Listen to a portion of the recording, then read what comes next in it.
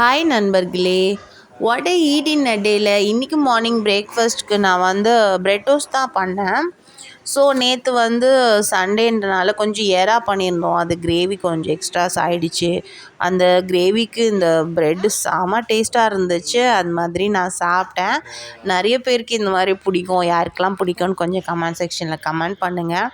லஞ்சுக்கு கொஞ்சம் baby corn chilli மாதிரி பண்ணிடலாம் அப்படின்னு சொல்லிட்டு கொஞ்சம் பேபிகார்ன் எடுத்து சின்ன சின்னதாக கட் பண்ணி அது வந்து மசாலா போட்டு நான் எண்ணெயில் டீப் ஃப்ரை பண்ணி எடுத்தாச்சு மதியானம் லஞ்சுக்கு.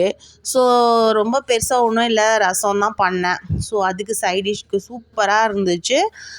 இந்த சில்லி பேபிகார்ன் சூப்பராக டேஸ்டியாக இருந்துச்சு. அதோட ஒரு எக் ஆம்லேட் போட்டுட்டு கொஞ்சம் தயிர், ஒரு கப் ஆஃப் தயிர் போட்டு லஞ்சு எங்களுக்கு இன்றைக்கி நல்லா சிறப்பாகவே முடிஞ்சிச்சு. ஸோ நைட்டுக்கு டின்னர் என்ன பண்ணலாம் அப்படின்னா ராகி சேமியா தான். ரொம்ப ஹெல்தி, ரொம்ப வயிறு ஃபில்லிங்காகவும் இருக்கும், ஆஸ் வெல் அஸ் ரொம்ப ஹெல்த்தியாகவும் இருக்கும் நம்ம ராகி சேமியா.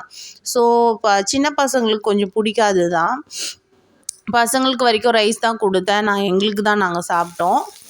நல்லா செம்ம டேஸ்டியாக இருந்துச்சு. ஃபஸ்ட்டு ராகியை தனியாக வந்து ஊற வச்சுக்கணும்.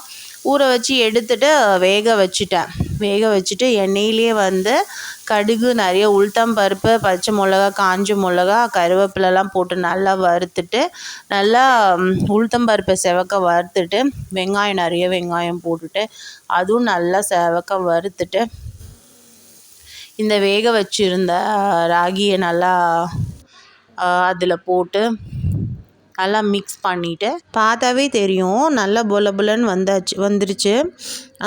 டேஸ்ட்டும் சூப்பராக இருந்துச்சு. கன்சிஸ்டன்சியும் நல்லா இருந்தது. ஒட்டலை, ஒன்றுக்கு ஒன்று ஒட்டலை. அதுக்கேற்ற மாதிரி சாஃப்டாக தான் இருந்துச்சு. ஸோ இதுக்கு நான் வந்து என்ன பண்ணேன், ஒரு சட்னி ஒன்று பண்ணிட்டேன், தக்காளி சட்னி மாதிரி. ஆனால் தேங்காய் சட்னி ரொம்ப சூப்பர் காம்பினேஷனாக இருக்கும். ஸோ நைட்டுன்றனால இஞ்சி பூண்டெல்லாம் வச்சு ஒரு தக்காளி சட்னி பண்ணேன். நீங்கள் என்னெல்லாம் சாப்பிட்டீங்கன்னு கமெண்ட் செக்ஷனில் கமெண்ட் பண்ணுங்கள்.